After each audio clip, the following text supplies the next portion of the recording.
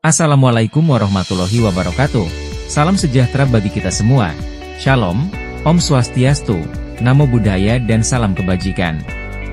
Pada kesempatan ini saya mempresentasikan demonstrasi kontekstual modul 3.3, pengelolaan program yang berdampak positif pada murid. Bersama saya Lilik Siswanto CGP Angkatan 11 dari Kabupaten Ngawi, kelas 277B. Tujuan pembelajaran khusus.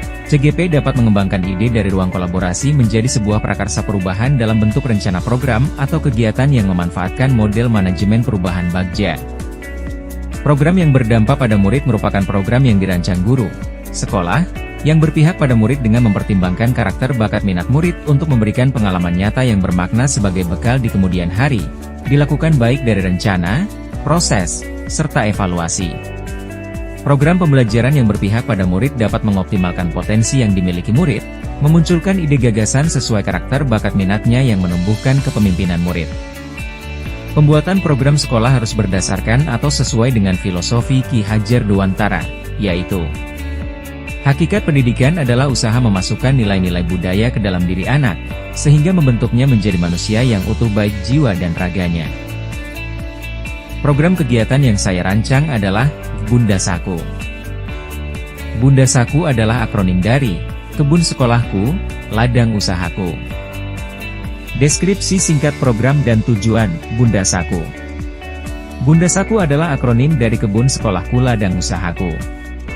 Program ini merupakan kegiatan kokurikuler yang bertujuan untuk menanamkan siswa untuk gemar bercocok tanam di kebun sekolah dengan tanaman yang memiliki nilai ekonomis.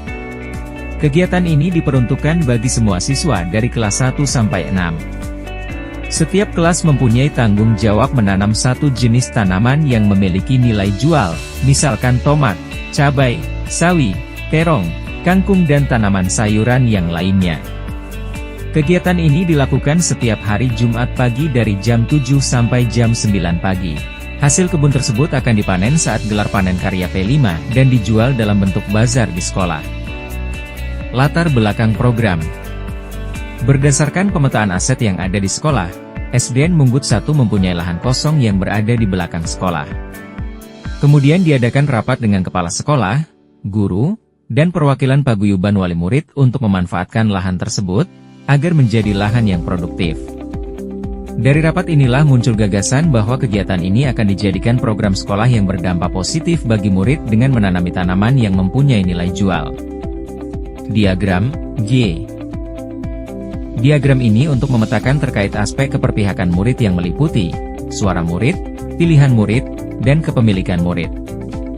Dalam aspek suara, siswa diberi kesempatan untuk menentukan ide gagasan dalam teknik pelaksanaan penanaman. Selanjutnya dalam aspek pilihan, siswa diberikan kebebasan untuk menentukan jenis tanaman yang akan mereka tanam. Berikutnya aspek kepemilikan murid, berupa keterlibatan semua siswa dalam kegiatan ini, sehingga menumbuhkan rasa kepemilikan atas program ini. Dimensi profil pelajar Pancasila dalam program Bunda Saku. Yang pertama adalah dimensi beriman dan bertakwa kepada Tuhan Yang Maha Esa, yaitu melalui gemar menanam siswa dapat memiliki rasa syukur kepada Tuhan Yang Maha Esa atas semua rahmat-Nya berupa tumbuh-tumbuhan yang bermanfaat bagi kehidupan. Dimensi yang kedua adalah mandiri, yaitu melalui kegiatan Bunda Saku dapat menumbuhkan sikap kemandirian siswa melalui kegiatan menanam.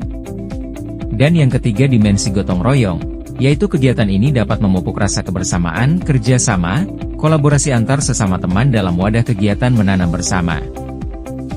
Berikutnya karakteristik lingkungan yang ingin dikembangkan dalam program ini, antara lain, 1. Keterampilan berinteraksi sosial.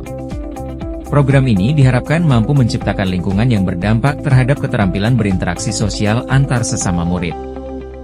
Dengan melakukan kegiatan menanam bersama dapat memupuk rasa kebersamaan, kolaboratif, dan gotong royong antar murid. 2. Daya lenting dan sikap tangguh. Melalui program Bunda Saku dapat menumbuh kembangkan sikap kemandirian dan ketangguhan siswa dalam menghadapi tantangan masa depan.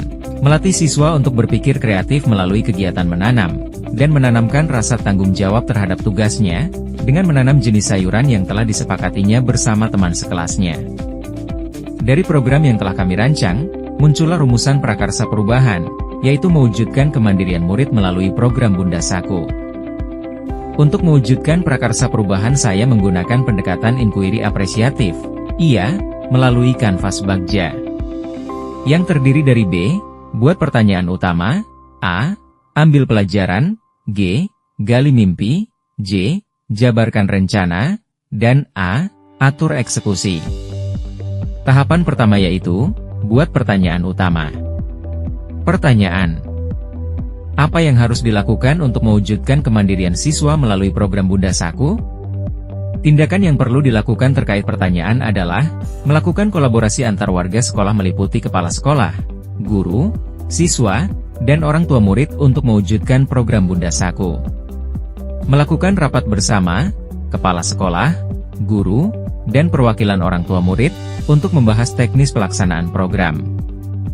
Tahapan yang kedua yaitu, ambil pelajaran. Pertanyaan: siapakah orang yang sangat berkompeten dalam bercocok tanam? Keterampilan apa yang dibutuhkan untuk bercocok tanam? Bagaimana cara memberikan edukasi cara bercocok tanam yang benar kepada murid? Tindakan yang perlu dilakukan terkait pertanyaan adalah, mencari profil orang atau tokoh yang berkompeten dalam bercocok tanam, meminta narasumber tokoh untuk menjelaskan keterampilan yang diperlukan dalam bercocok tanam. Mendatangkan narasumber untuk mengajarkan murid bagaimana cara bercocok tanam dengan baik. Tahapan yang ketiga yaitu, gali mimpi. Pertanyaan: 1.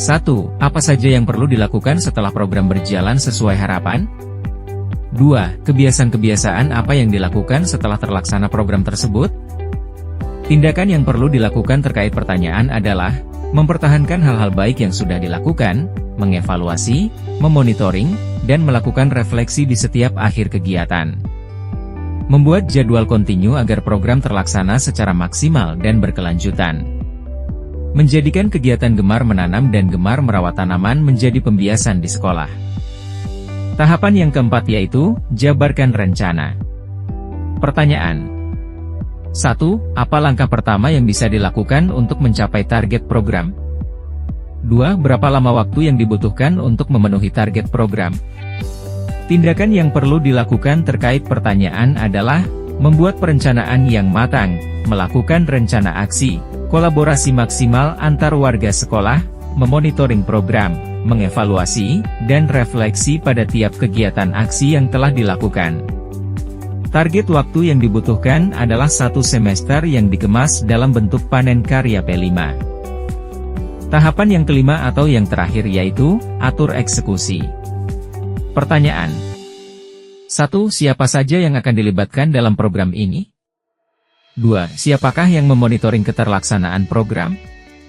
Tindakan yang perlu dilakukan terkait pertanyaan adalah, melibatkan semua warga sekolah meliputi, kepala sekolah, guru, siswa, dan paguyuban kelas, atau orang tua murid. Menjadikan kepala sekolah dan ketua paguyuban kelas sebagai pemantau, monitor, dan controlling program agar program dapat terlaksana secara kontinu dan berkelanjutan. Demikian demonstrasi kontekstual modul 3.3 tentang pengelolaan program yang berdampak positif pada murid yang dapat saya sampaikan.